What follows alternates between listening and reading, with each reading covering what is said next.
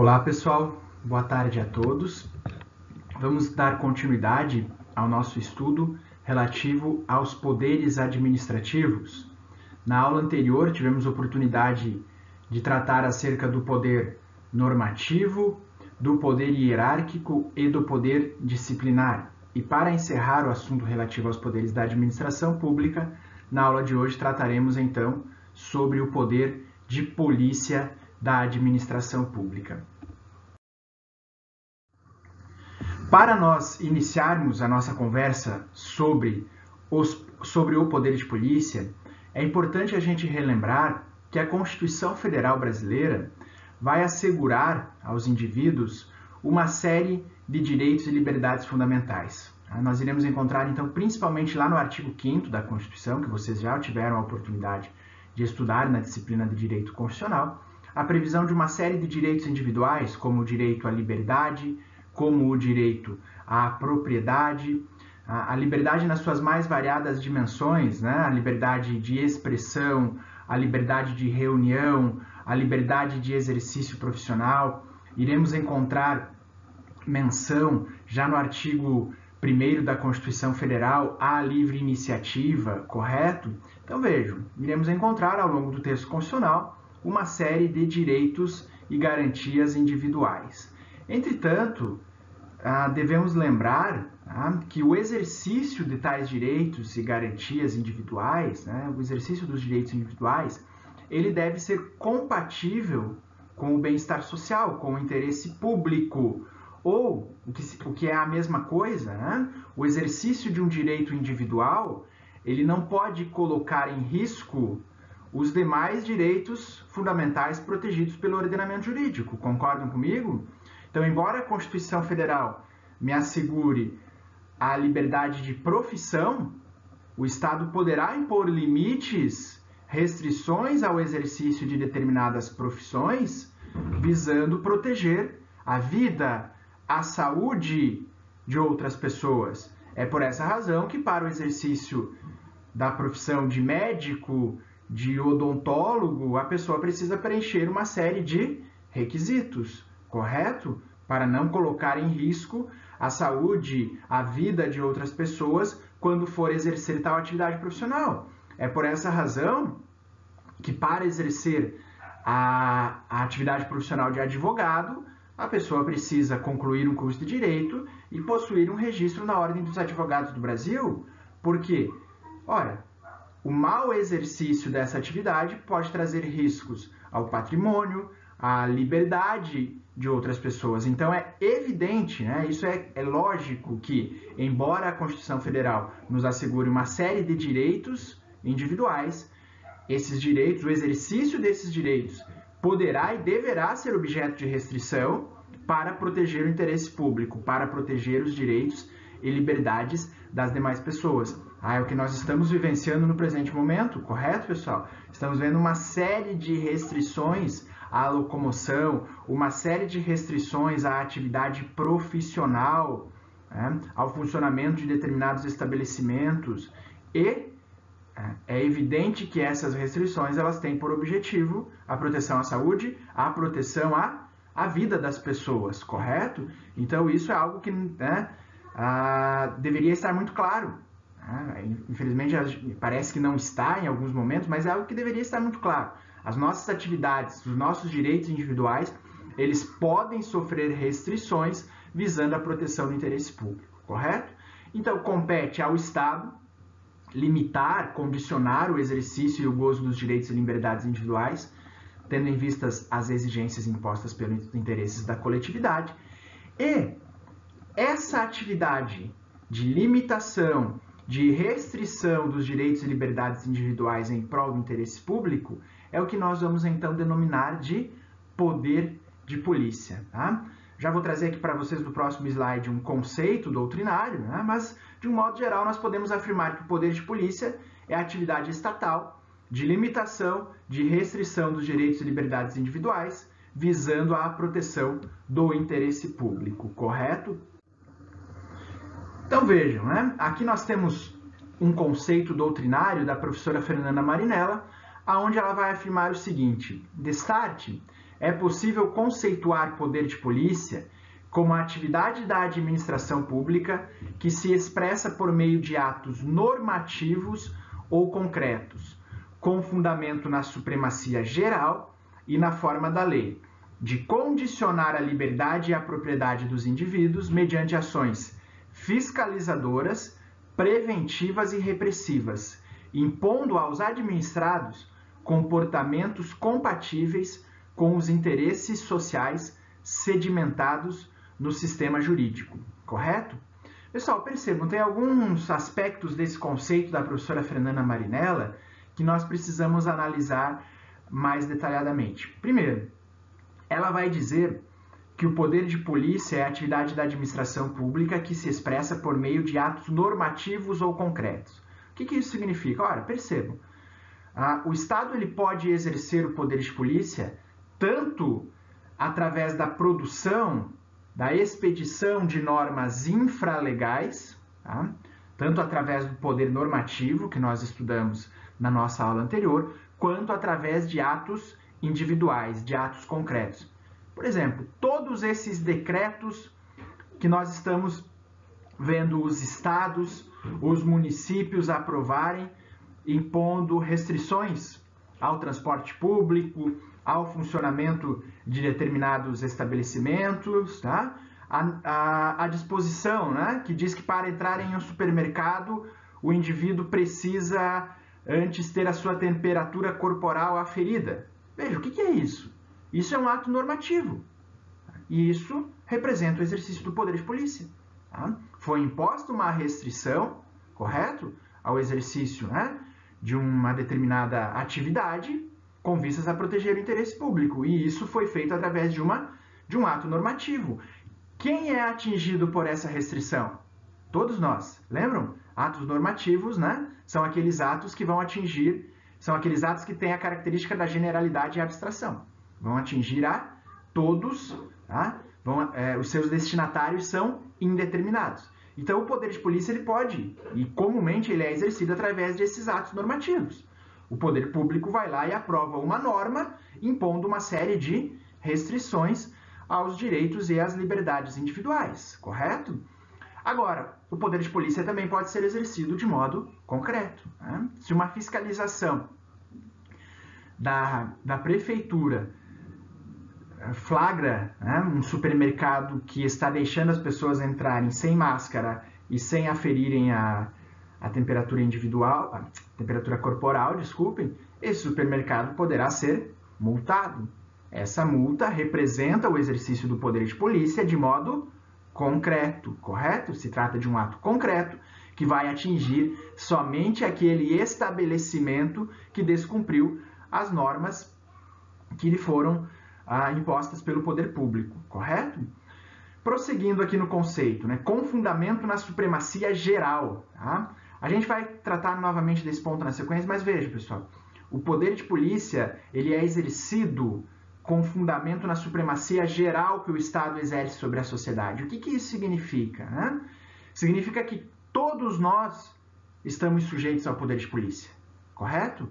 Basta você exercer uma atividade que potencialmente traga um risco de lesão ao interesse público, que potencialmente traga um risco aos direitos das outras pessoas, para que você se sujeite ao poder de polícia. Né? Lógico. Então é por essa razão que quando vocês foram fazer quando vocês tiveram lá a intenção, o objetivo de dirigir um veículo automotor, vocês precisaram cumprir uma série de requisitos, não precisaram? Se sujeitar a todos os testes realizados lá na autoescola, exame psicotécnico, prova prática, prova teórica. E é por essa razão também que hoje, quando vocês dirigem o seu veículo, vocês se sujeitam à fiscalização de trânsito. Então percebam, né? Supremacia geral do Estado. Toda e qualquer atividade que traga um risco de lesão ao interesse público, um risco de lesão aos direitos das demais pessoas, elas vão se sujeitar a essa fiscalização, a essa restrição exercida pelo Estado, correto? E na forma da lei, prosseguindo aqui no conceito, com fundamento na supremacia geral e na forma da lei, lógico, se nós estamos falando de restrição aos direitos individuais, Lembrem, ninguém poderá fazer ou deixar de fazer alguma coisa senão em virtude de lei. Então, o Estado ele poderá restringir os direitos, as liberdades individuais, desde que essas restrições estejam inicialmente previstas na legislação, correto? E na forma da lei, de condicionar a liberdade e a propriedade dos indivíduos mediante ações fiscalizadoras, preventivas e repressivas, tá? Percebam, o poder de polícia ele pode ser exercido tanto de modo preventivo quanto de modo repressivo. Tá? O poder público pode buscar prevenir condutas lesivas aos interesses públicos, quanto pode buscar reprimir condutas lesivas aos interesses públicos. Exemplo, né? Ora, se você tem um terreno e pretende construir nesse terreno, o que é necessário? É necessário que você se dirija à sede lá da prefeitura e obtenha um alvará, obtenha uma licença para construir, uma licença para edificar, correto? Uma licença para fazer o parcelamento de um lote urbano. Veja, pessoal, a emissão dessa licença representa o exercício do poder de polícia. É uma restrição que o Estado está impondo ao exercício do seu direito, não, como condição para parcelar um lote urbano, como condição para edificar em um terreno urbano, é necessária a prévia emissão de uma licença, licença para construir. Isso representa o exercício do poder de polícia de modo preventivo. O Estado, com isso, está buscando prevenir, evitar que alguém construa sem licença em uma área onde não é permitido a construção de um determinado tipo de empreendimento, correto? Agora, por outro lado, o Estado pode exercer o poder de polícia de modo repressivo.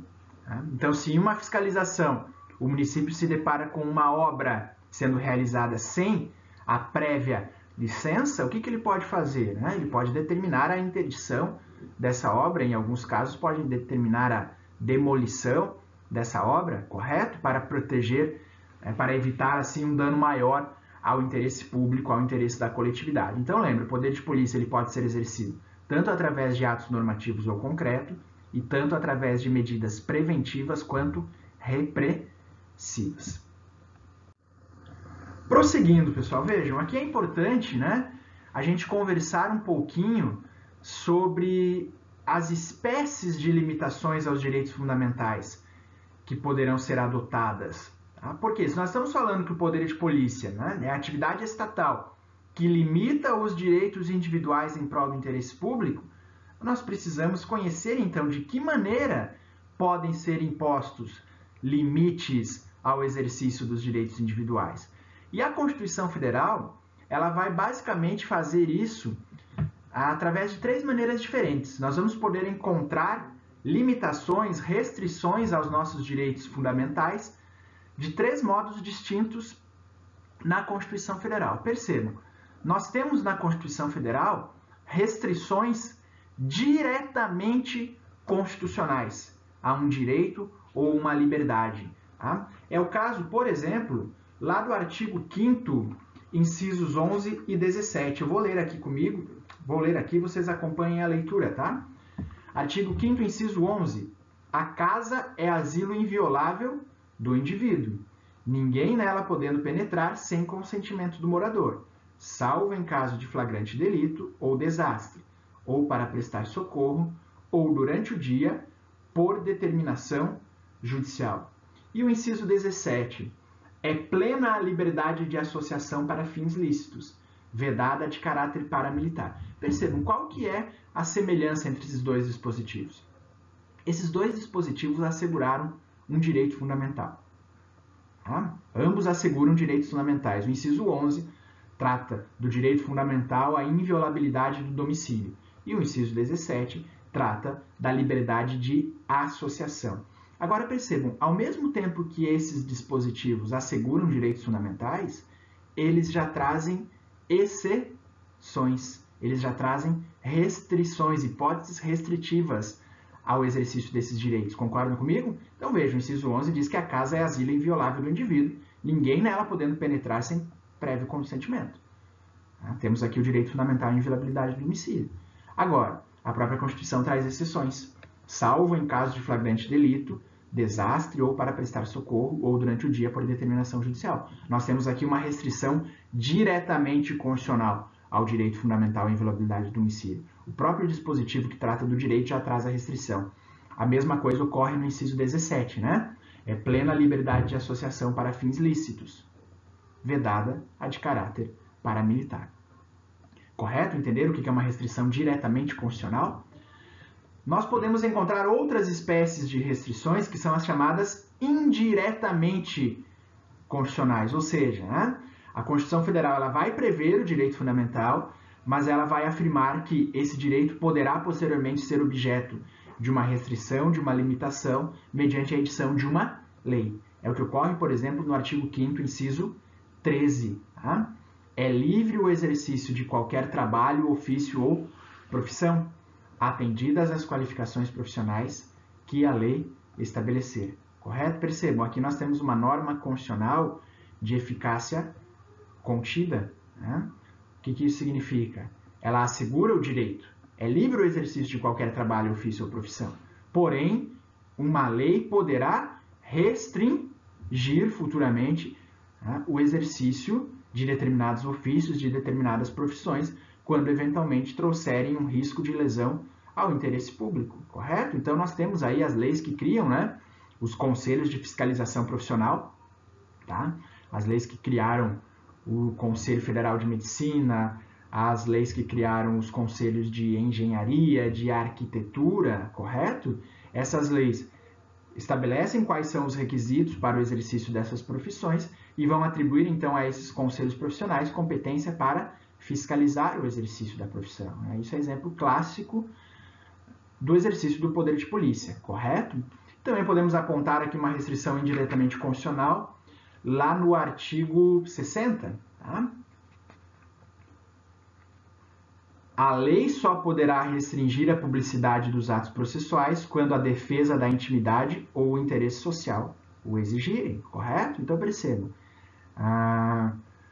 aqui a Constituição ela trata, né, ela assegura a publicidade dos atos processuais, mas prevê que uma lei pode restringir essa publicidade quando a defesa da intimidade ou o interesse social o exigirem. Então esses seriam exemplos de restrições indiretamente constitucionais. A Constituição Federal assegura um direito, mas o exercício de tais direitos, tá, pode sofrer restrições posteriormente mediante a aprovação de uma lei.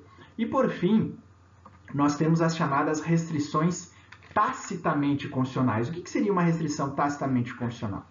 A Constituição Federal assegura um direito, não estabelece o mesmo dispositivo que prevê esse direito, não impõe uma limitação, não impõe uma restrição, e também não diz que ele pode ser objeto de limitação posterior através de lei. Mas, a partir da leitura de outro dispositivo constitucional, nós conseguimos, num exercício de ponderação, verificar que existe uma restrição. Correto? Essa restrição ela está estabelecida de forma tácita, implícita. Ainda que o dispositivo não traga restrição ao direito fundamental, quando ele é cotejado com outro dispositivo da Constituição Federal, nós conseguimos verificar ali uma limitação. É o caso, por exemplo, do artigo 5º, incisos 9 e 11. Tá? 9 e 10, desculpem, acompanhem aqui comigo a leitura. Inciso 9. É livre a expressão da atividade intelectual, artística, científica e de comunicação, independentemente de censura ou de licença. Então percebam, pessoal, a Constituição garantiu, né, a livre expressão da atividade intelectual, artística, científica, independentemente de censura ou licença. Ponto. Tá? Não estabeleceu aqui nesse dispositivo nenhuma restrição direta ou não disse que lei poderá restringir essa atividade. Não. Ponto. Agora, se a gente vai no inciso 10, o inciso 10 diz o seguinte: são invioláveis a intimidade, a vida privada, a honra e a imagem das pessoas, assegurado o direito à indenização pelo dano material ou moral decorrente da sua violação. Percebem? Então, esse inciso 10, ele vai trazer uma limitação ao que está disposto no inciso 9. Concordam comigo? Ora, se uma pessoa realiza lá um espetáculo artístico, uma atividade cultural, e utiliza da minha imagem sem autorização, essa pessoa poderá sofrer uma sanção. Concordam comigo? Ela poderá ser obrigada a me indenizar, né, por danos morais ou eventualmente por danos materiais, dependendo da peculiaridade ali da situação, correto? Então percebam, embora o inciso 9 garanta o livre exercício da atividade intelectual, artística, de comunicação, o exercício desse direito deve respeitar o quê? A intimidade, a vida privada, a honra e a imagem das pessoas previsto ali no inciso 10. Nós temos aqui, portanto, uma restrição tacitamente constitucional a um direito fundamental, correto? Prosseguindo, tá, pessoal? O que é importante a gente ter claro quando nós falamos de limitações a direitos fundamentais, restrições, quando nós falamos de restrições a direitos fundamentais, nós devemos ter claro o seguinte: as restrições, as limitações que o Estado impõe aos direitos fundamentais, elas só serão válidas, só serão legítimas na medida em que elas se revelarem efetivamente aptas e necessárias à proteção de um direito, de um valor consagrado no ordenamento jurídico. É o que a gente estudou lá quando tratou dos princípios da razoabilidade e da proporcionalidade. Lembram disso? O que diz lá, né? Qual é o conceito legal dos princípios da razoabilidade e da proporcionalidade que nós vamos encontrar lá na Lei nº 9.784 de 99? Adequação entre meios e fins, vedada a imposição de restrições, sanções e obrigações em medida superior àquilo que seja estritamente necessário ao atendimento do interesse público. Vejam, é a mesma coisa.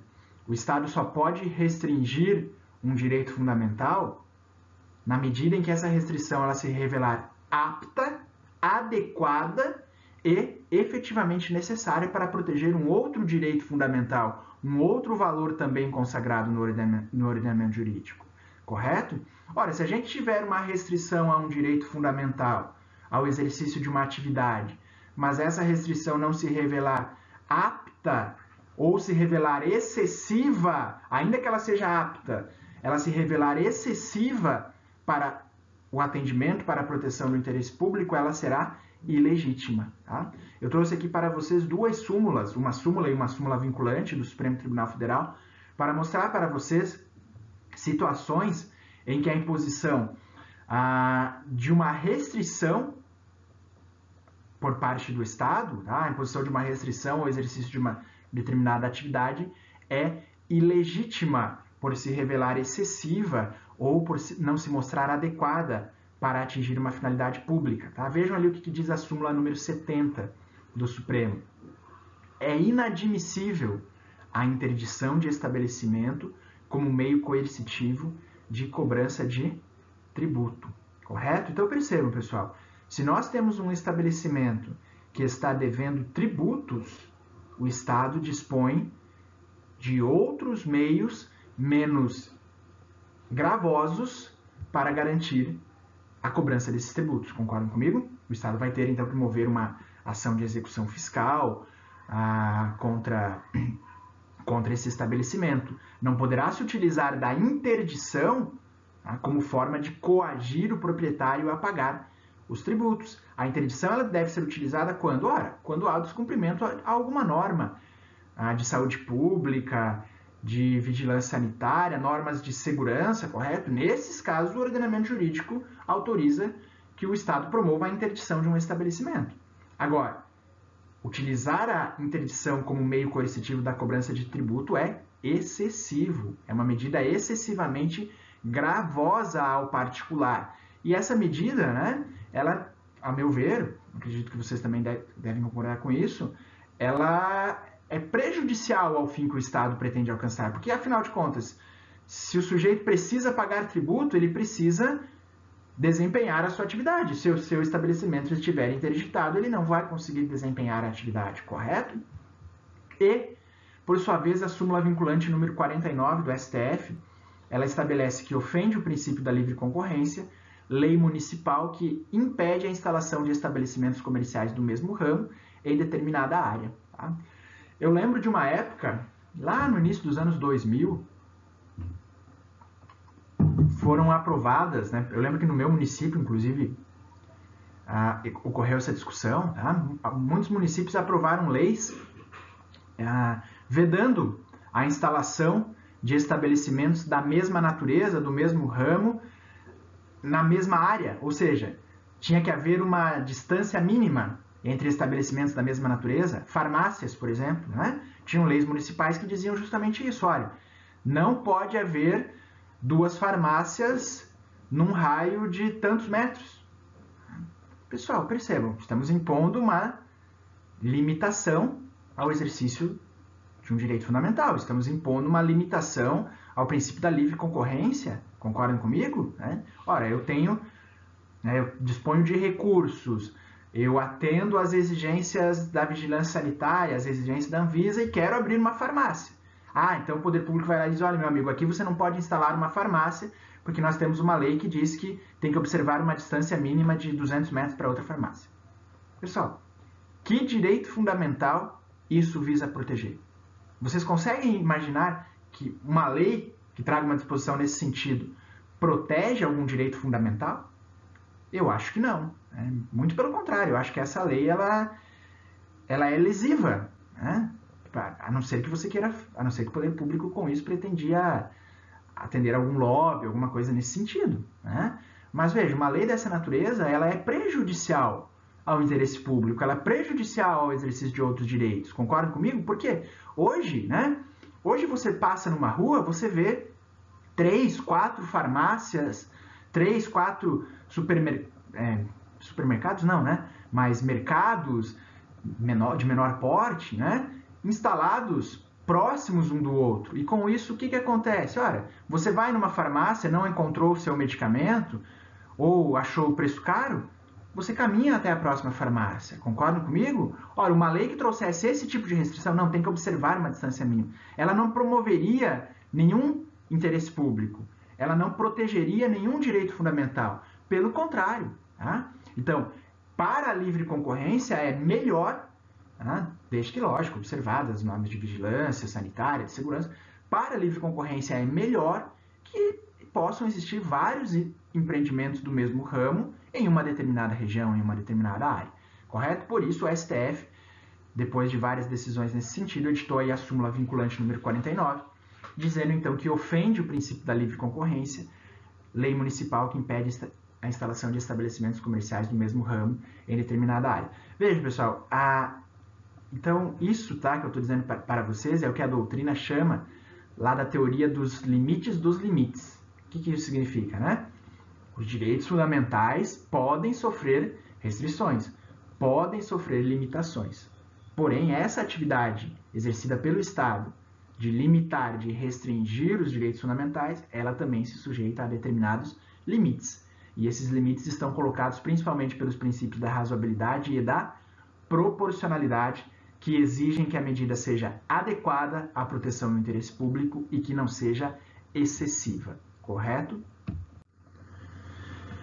Pessoal, dando continuidade, então, agora que nós já falamos sobre as limitações aos direitos fundamentais, agora que nós já sabemos que o poder de polícia é a atividade estatal que tem por objeto a restrição, a limitação dos direitos fundamentais visando a proteção do interesse público, eu trouxe para vocês aqui o conceito legal de poder de polícia, correto?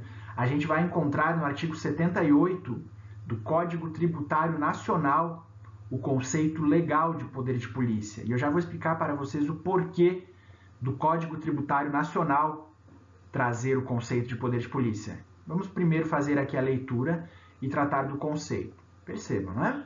Considera-se poder de polícia a atividade da administração pública que, limitando ou disciplinando direito, interesse ou liberdade, regula a prática de ato ou abstenção de fato em razão de interesse público concernente à segurança, à higiene, à ordem, aos costumes, à disciplina da produção e do mercado, ao exercício de atividades econômicas dependentes de concessão ou autorização do poder público, à tranquilidade pública ou ao respeito à propriedade e aos direitos individuais ou coletivos. Então percebam, né? Aqui no conceito detalhou-se, né, uma série de valores que podem e devem autorizar a restrição ao exercício de direitos, de liberdades ou restrições à propriedade, correto? Segurança, higiene, ordem, costumes, disciplina da produção e do mercado, tranquilidade pública, Pessoal, dizendo de um modo geral o que isso significa, né? Aquilo que nós já vimos, que o poder de polícia é a atividade da administração pública que limita, disciplina direito, interesse ou liberdade, visando a proteção de interesse público, visando a proteção de qualquer um desses valores que foram elencados aqui no artigo 78 do CTN, tá? Aqui é só uma observação, vejam, né? O CTN vai falar, então, que o poder de polícia é a atividade que limita, disciplina direito, regula a prática de ato ou a abstenção de fato. Ou seja, o poder de polícia, ele pode resultar ao particular tanto em obrigações de fazer quanto em obrigações de não fazer. Concordam comigo? Com base, com fundamento no poder de polícia, o Estado poderá impor ao particular tanto obrigações de fazer quanto obrigações de não fazer. Obrigação de fazer, então, né? Todos os supermercados devem medir a temperatura corporal das pessoas que pretendam adentrar no estabelecimento. Obrigação de não fazer.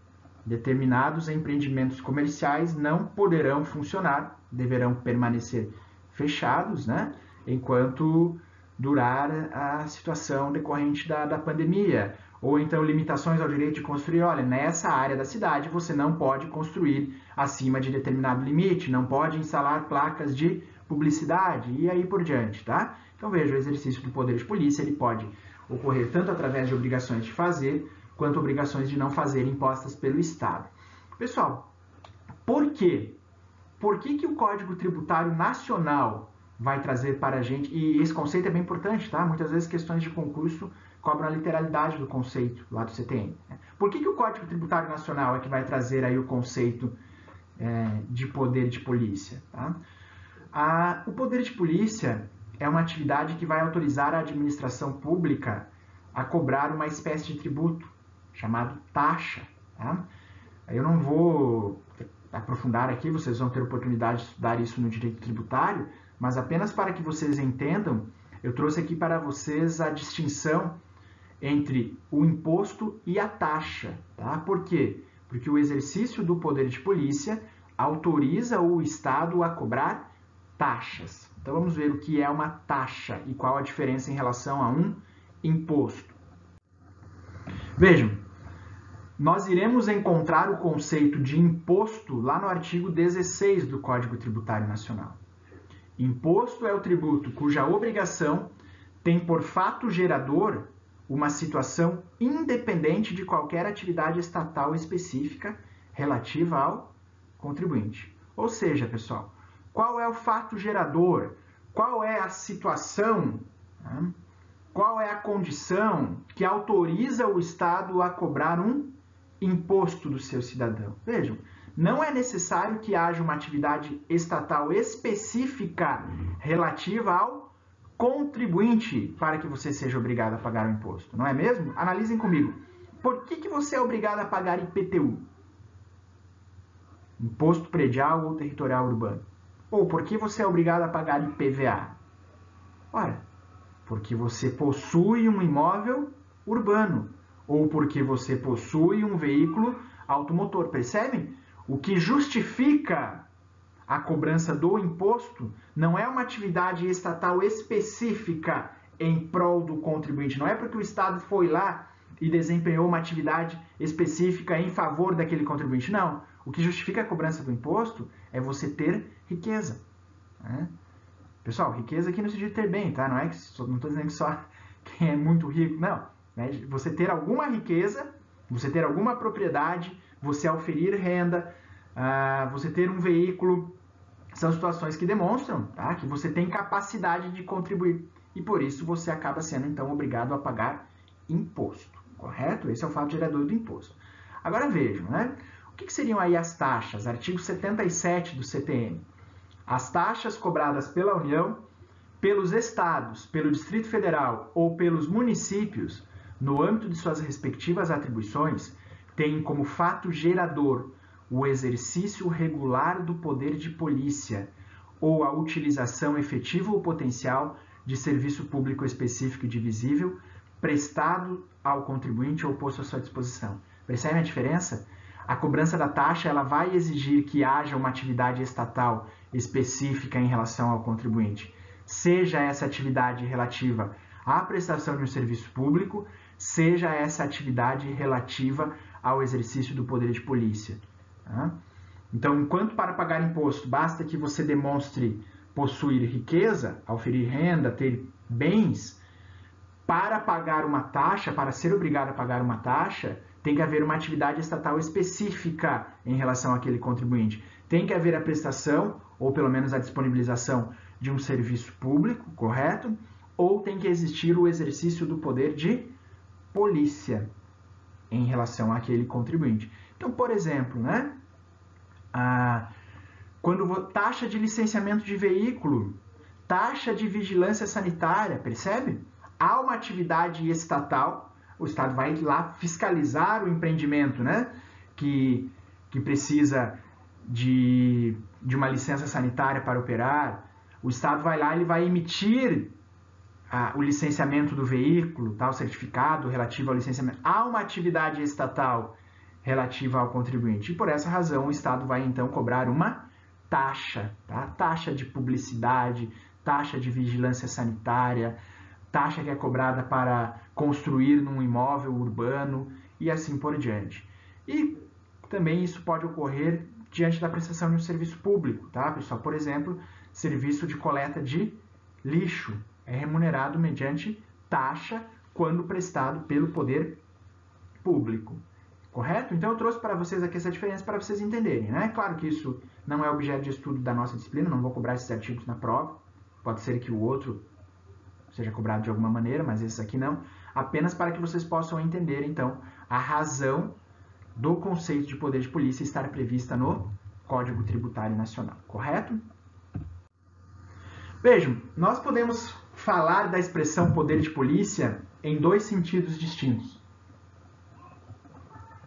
Podemos falar do poder de polícia em sentido amplo e do poder de polícia em sentido estrito.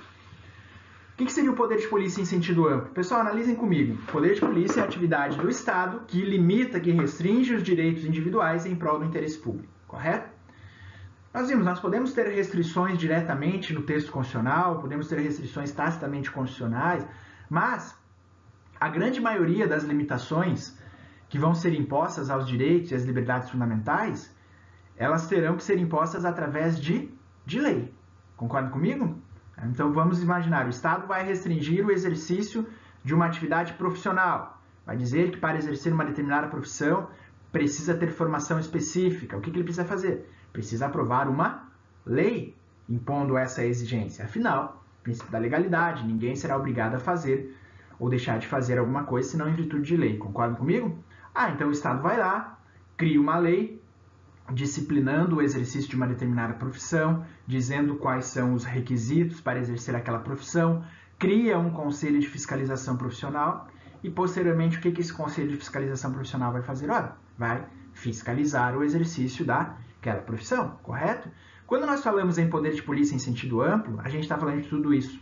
O poder de polícia em sentido amplo, ele abrange tanto a parte da legislação, ou seja, a criação da obrigação, a criação da restrição pelo legislador, quanto a atividade administrativa exercida pela administração pública, com vistas a verificar se os dispositivos legais estão sendo efetivamente cumpridos, estão sendo efetivamente observados, e caso isso não ocorra, aplicar a sanção cabível ao caso concreto, correto? Poder de polícia em sentido amplo é toda atividade estatal de restrição a um direito fundamental, desde a legislação até lá o momento da aplicação da sanção pelo órgão competente, correto?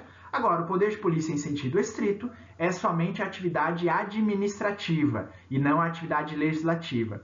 A atividade administrativa que se desenvolve através de regulamentação das leis, fiscalização das condutas dos particulares e imposição de sanções. Então, quando lá em fevereiro, né, o Congresso Nacional aprovou lá uma lei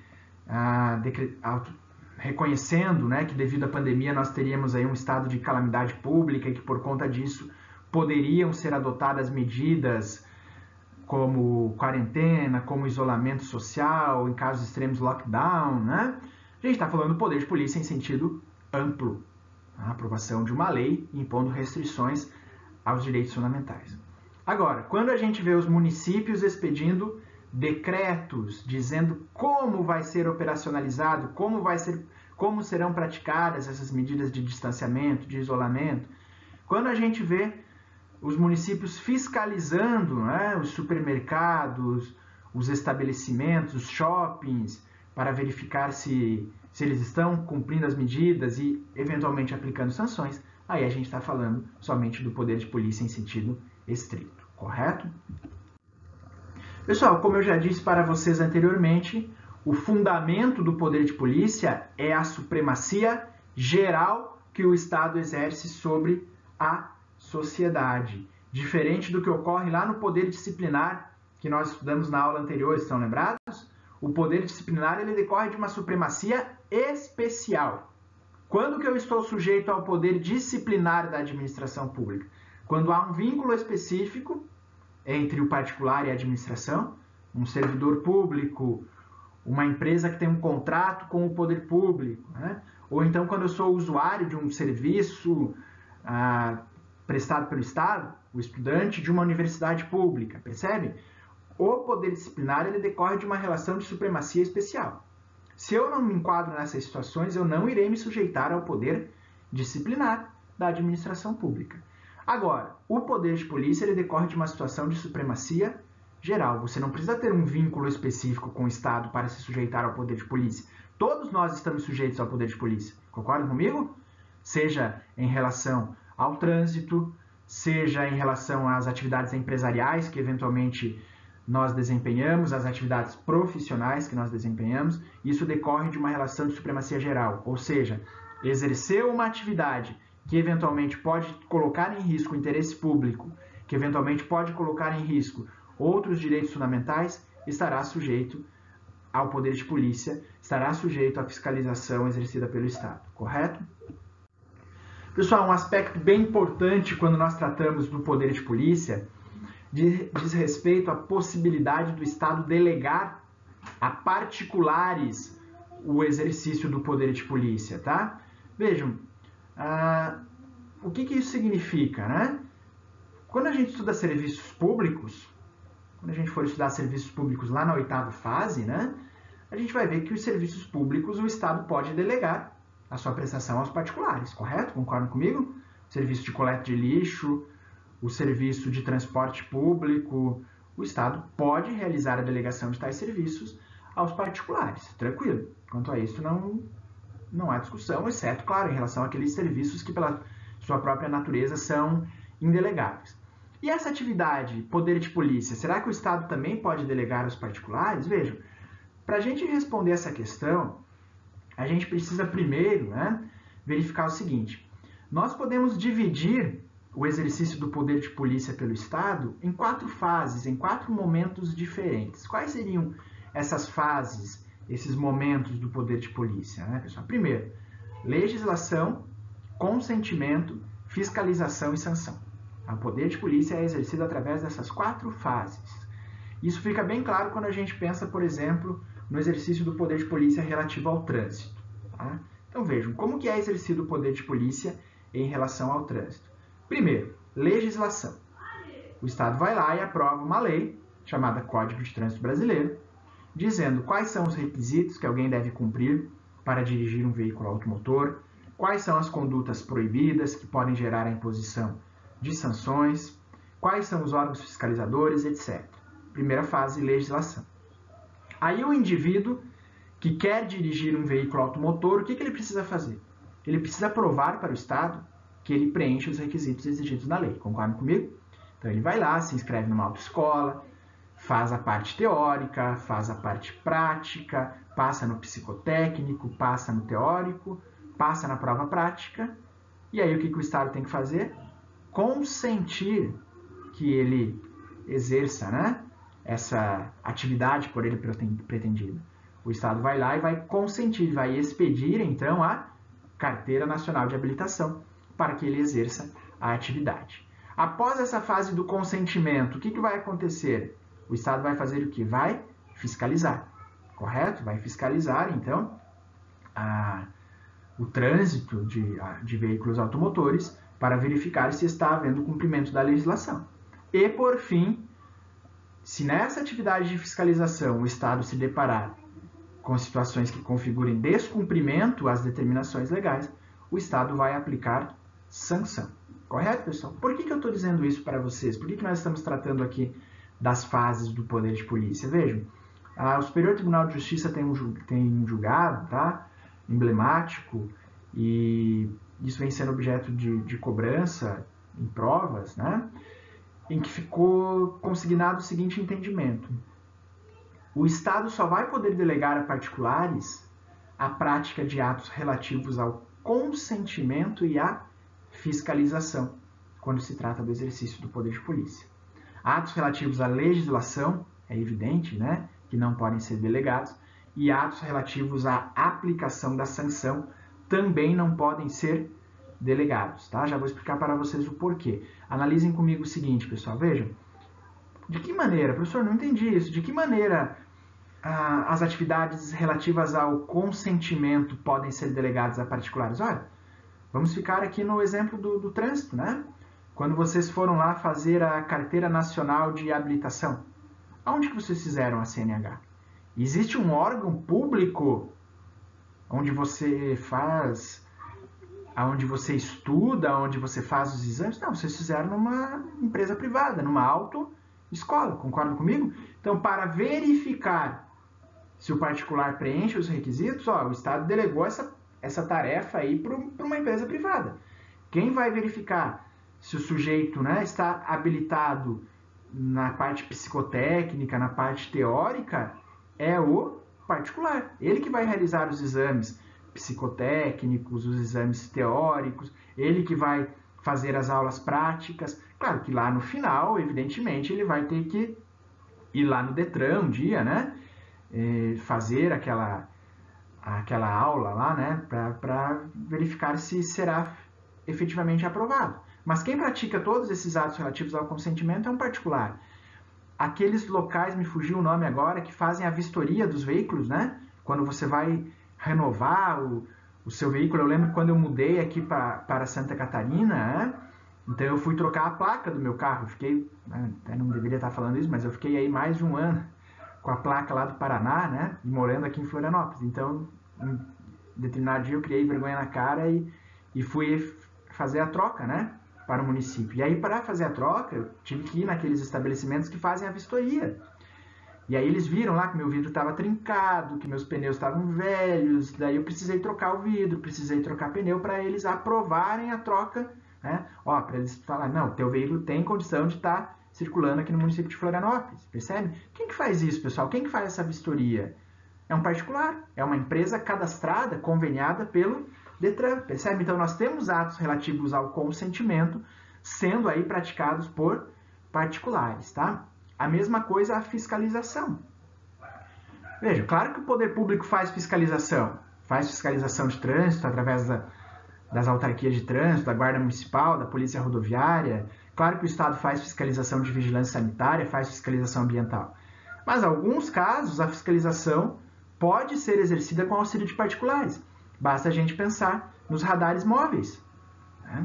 Quem que instala, opera, faz a manutenção dos radares móveis? Ora, são empresas contratadas pelo Estado, percebe? Então o Estado vai lá, faz uma licitação, contrata uma empresa para instalar e operar tantos radares móveis. Você tem atos relativos à fiscalização sendo praticados por particulares. Agora é evidente, né? Então esse radar vai flagrar uma pessoa trafegando acima do limite de velocidade. Aí sim, essa foto, né? Essa conduta capturada pelo radar de trânsito, ela será remetida aos órgãos públicos competentes para que eles apliquem a sanção. Porque a aplicação da sanção não pode ser delegada a particular, tá? Esse julgado que eu citei para vocês do Superior Tribunal de Justiça, ele envolvia a seguinte situação. Em um município lá do estado de Minas Gerais, foi criada uma sociedade de economia mista para fazer fiscalização de trânsito. E para, inclusive, aplicar sanção. Vejam, quem que aplica a sanção de trânsito, né? Aqui no município de Florianópolis é a Guarda Municipal, correto? A Guarda Municipal é um órgão, né, da administração direta do município. Portanto, está totalmente subordinada, submetida ao direito público. Alguns municípios têm autarquias de trânsito, né, que também são pessoas jurídicas totalmente submetidas ao regime jurídico de direito público. Agora, quando a gente fala numa sociedade de economia mista, a gente vai estudar isso na sequência, quando for tratar da administração direta e indireta, tá?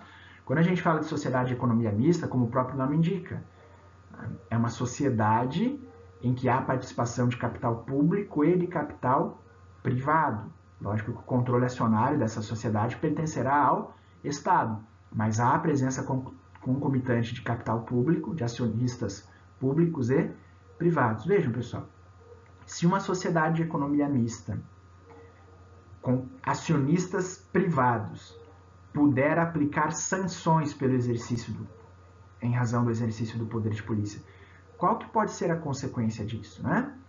A consequência é que a aplicação dessas sanções possa ser utilizada como forma de auferir recursos, como forma de aumentar o lucro desses acionistas privados, percebe?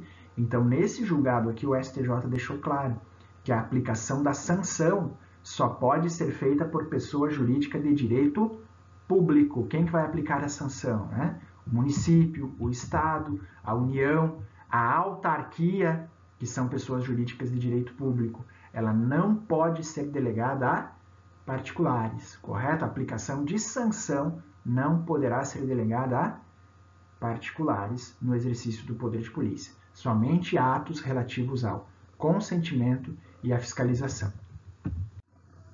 Aqui na sequência vocês têm o julgado, tá, do Superior Tribunal de Justiça, que eu citei para vocês, o recurso especial. Não vou ler aqui com vocês, eu praticamente já expliquei, tá? Depois vocês podem ler aí com calma, tá? Esse material, apenas os slides, tá? Eles estão disponíveis lá na Mediateca, correto? Exatamente como está aqui. Então depois vocês podem fazer aí a análise do julgado. Pessoal, para a gente se encaminhar aqui já para o final da nossa aula relativa ao exercício do poder de polícia, eu vou trabalhar com vocês as características do poder de polícia, tá? E aí, por último, a gente vai falar da diferença entre a polícia administrativa e a polícia judiciária. Vejam, a doutrina costuma apontar 3 características do poder de polícia.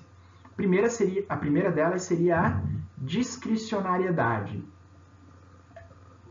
Nós já vimos na aula anterior, né, o que significa a discricionariedade.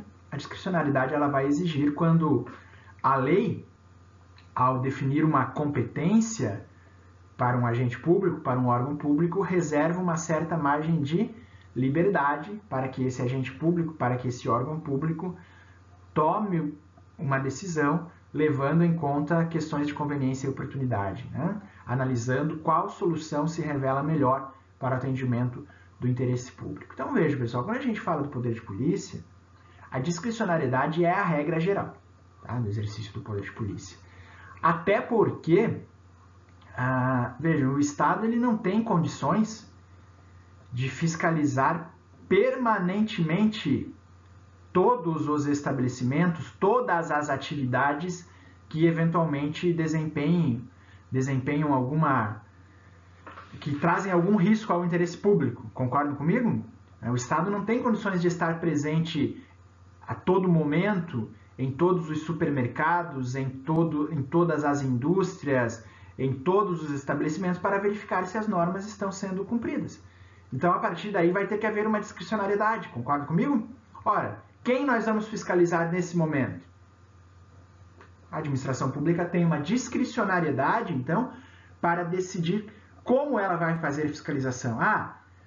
No período do verão, a gente sabe que há um fluxo maior de veículos em direção ao litoral, correto? Então, o que a administração pública faz? Ela direciona a fiscalização para aquelas rodovias, próximas ao litoral, percebe? Em outros momentos, pode haver um fluxo maior de veículos para outras regiões. Então, a administração pública, analisando a conveniência, a oportunidade, o que melhor atende ao interesse público, vai definir aonde ela vai priorizar a realização da fiscalização. Concordam comigo? Lembram quando teve aquele incêndio lá na Boate Kiss, né? Lá no Rio Grande do Sul, Santa Maria, se eu não me engano. A partir daquele momento, né? Infelizmente no Brasil, às vezes as coisas só começam a acontecer depois que ocorrem tragédias, né?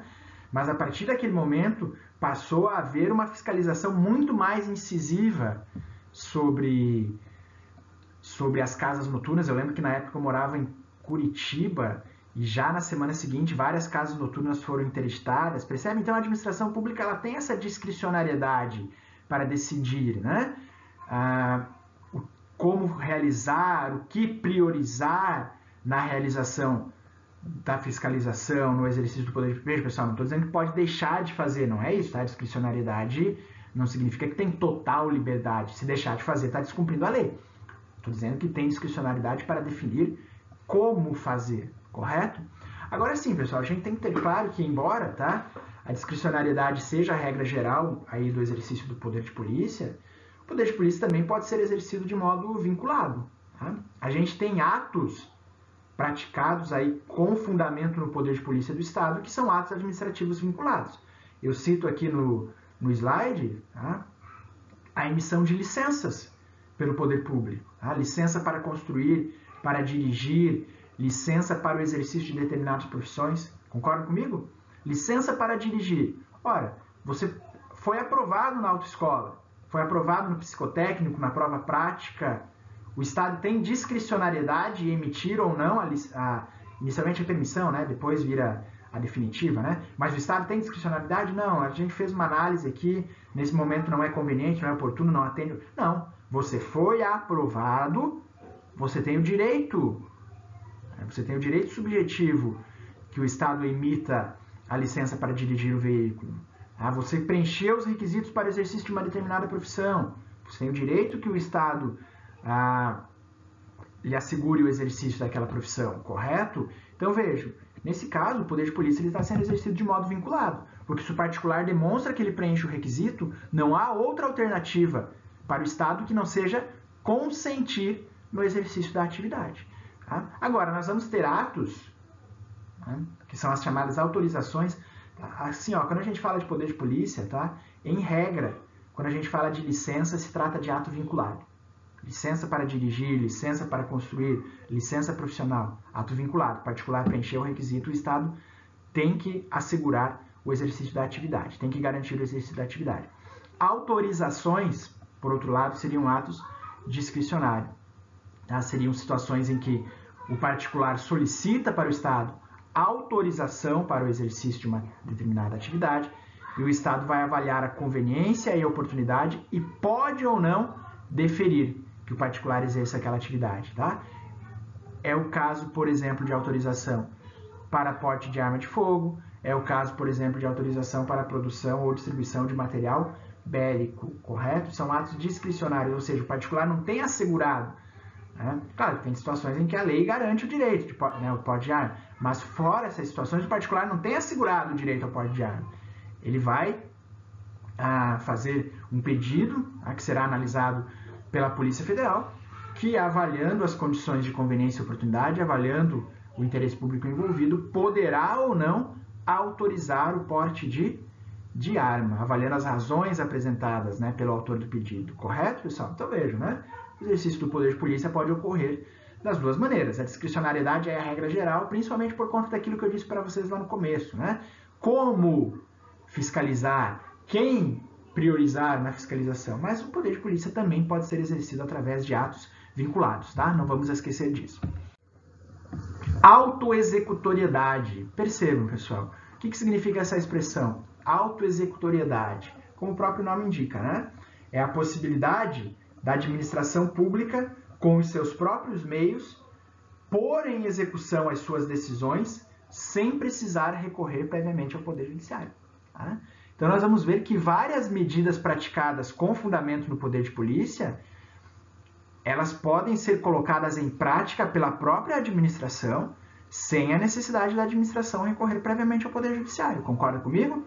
A interdição de uma casa noturna que descumpre normas de segurança, a interdição de um supermercado que não observa as normas de higiene e de saúde pública, é uma medida que a administração pública pode impor ao particular sem a necessidade de prévio recurso ao Poder Judiciário. Agora também, tá? A gente tem que ter aqui um cuidado, porque não são todas as medidas praticadas com fundamento no poder de polícia que a administração pública pode ela própria executar sem a necessidade de recurso ao judiciário. Por isso, né, a doutrina vai dividir esse atributo da autoexecutoriedade, né, na verdade vai distinguir, dentro desse atributo da autoexecutoriedade, a figura da exigibilidade e a figura da executoriedade propriamente dita. Veja, o que seria a exigibilidade? Ora, na exigibilidade, a administração pública ela não pode impor com seus próprios meios uma medida ao particular. Se ela quiser executar aquela medida, ela precisará recorrer ao Poder Judiciário. É o que ocorre, por exemplo, no caso das multas. A administração pública pode aplicar uma multa. Agora, se o particular não pagar espontaneamente aquela multa, para assegurar, né, que esse valor seja efetivamente pago, a administração pública terá que recorrer ao Poder Judiciário. Afinal, ninguém será privado dos seus bens sem o devido processo legal. Então, a administração pública não pode tomar um bem do particular como forma de garantir o pagamento da multa, correto? Então, vejam, a multa ela é exigível, mas ela não pode ser autoexecutada pela administração pública. Se trata de meios indiretos de coação. Agora, a executoriedade propriamente dita, aí sim, tá? Na executoriedade propriamente dita, a administração pública ela toma uma decisão e ela própria executa sem recorrer ao Poder Judiciário. Os exemplos que eu citei aqui para vocês: interdição de um estabelecimento, a apreensão de mercadorias, a destruição de equipamentos que são utilizados na prática de infrações ambientais, correto? São medidas que possuem o atributo da autoexecutoriedade. Veja, pessoal, a regra é o que é menos restritivo ao particular. Ou seja, como regra, a administração pública deve se utilizar dos meios indiretos de coação. A executoriedade, ela só será possível, ela só é admitida se houver expressa previsão legal. Então por que os fiscais do IBAMA podem inutilizar os caminhões, os tratores que são utilizados na prática de crimes ambientais? Porque a lei atribui a eles essa possibilidade, tá? A executoriedade ela só é possível quando expressamente prevista em lei ou quando se tratar de uma medida urgente, que se não for adotada naquele momento, possa acarretar maiores prejuízos ao interesse público, correto? Então, por exemplo, o poder público pode remover pessoas de uma área de risco, tá? Ou pode determinar que pessoas de uma determinada região, vamos imaginar que foi ali previsto, né, pelos órgãos de defesa civil que vai acontecer aí um evento climático de proporções imprevisíveis, ventos muito fortes, ondas de não sei quantos metros. Olha, o Estado pode determinar que pessoas que residem na região que será diretamente atingida tenham que deixar as suas casas, correto? Porque se trata de uma medida urgente que, se não for adotada, vai acarretar maiores prejuízos à vida, à saúde, à segurança, etc. Correto? Entenderam a diferença? Exigibilidade, meios indiretos de coação. A administração pública pode tomar a decisão, mas ela não pode executá-la diretamente.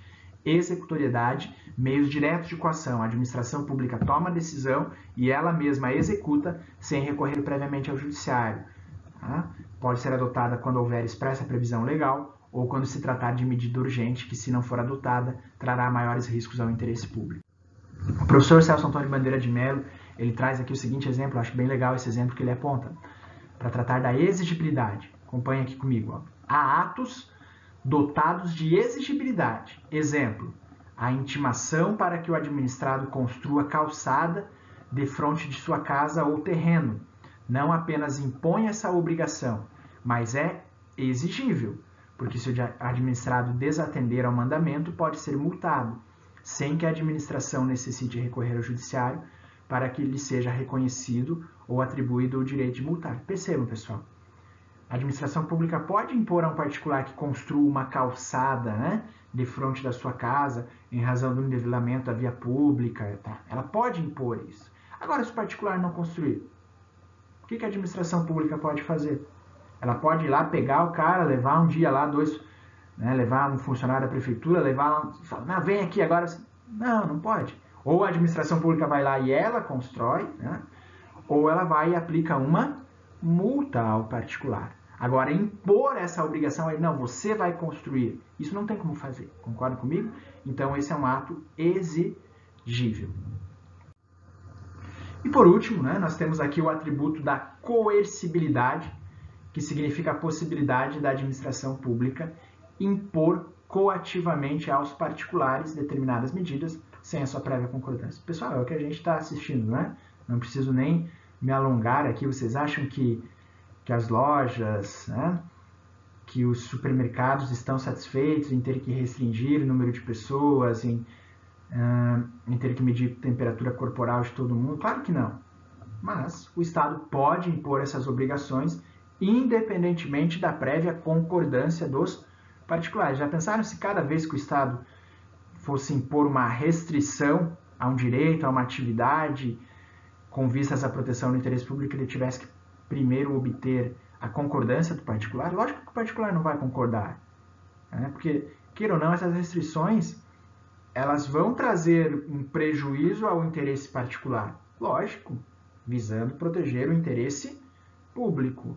Tá? Então, é fundamental para que a administração pública possa proteger esse interesse público que ela possa impor medidas unilateralmente aos particulares sem obter a sua prévia concordância. E esse atributo nós chamamos de coercibilidade, correto?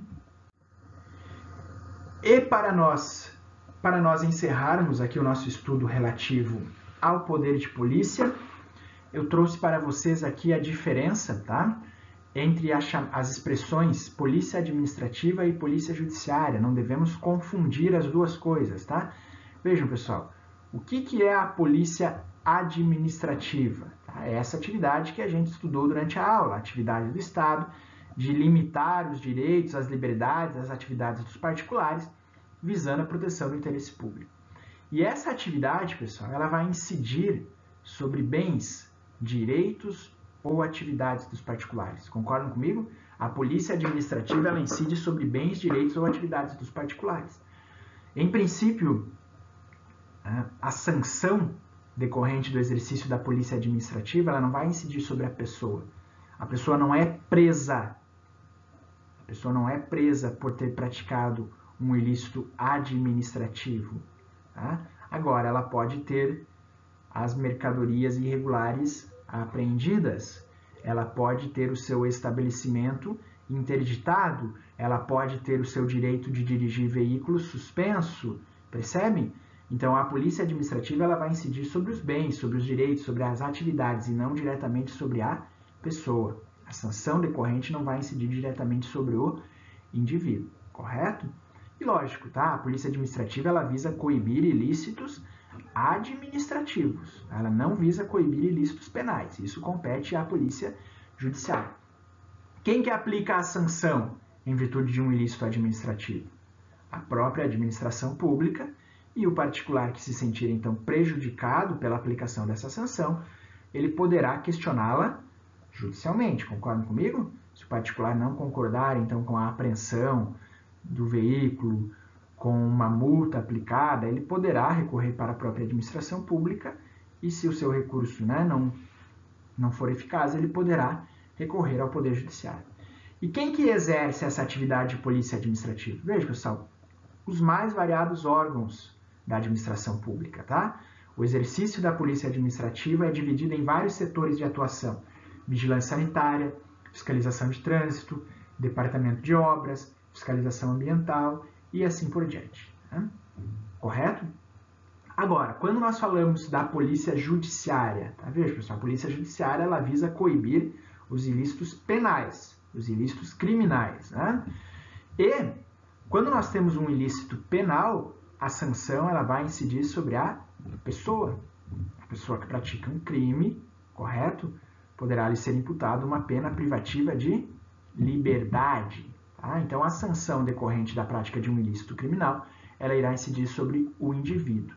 Quem aplica a sanção, nesse caso, por um ilícito criminal, é o Poder Judiciário, correto? E quem que vai exercer essa atividade de repressão, tá? E de investigação aos ilícitos criminais? Ela é privativa de corporações especializadas. Tá? Quem exerce essa atividade de investigação de ilícitos criminais são as polícias civis, e quem exerce a atividade repressiva, né, No caso, seria aí a polícia militar. Correto, pessoal? Essas basicamente são, então, as diferenças entre a polícia administrativa e a polícia judiciária, tá? É bem importante vocês conhecerem e não confundirem essas duas diferentes formas de atuação do Estado. A gente termina por aqui, então, a nossa aula relativa ao poder de polícia, e com isso a gente encerra o tema dos poderes administrativos. Na nossa próxima aula, a gente vai começar, então, a conversar sobre os atos administrativos. Tá? Permaneço aí à disposição de vocês para eventuais dúvidas, podem me acionar lá na ferramenta Professor Tutor, podem me mandar e-mail, o que tiver ao meu alcance para garantir aí o aprendizado de vocês, eu farei, correto? Fiquem bem, um bom final de semana para todos vocês e até a nossa próxima aula. Tchau, tchau!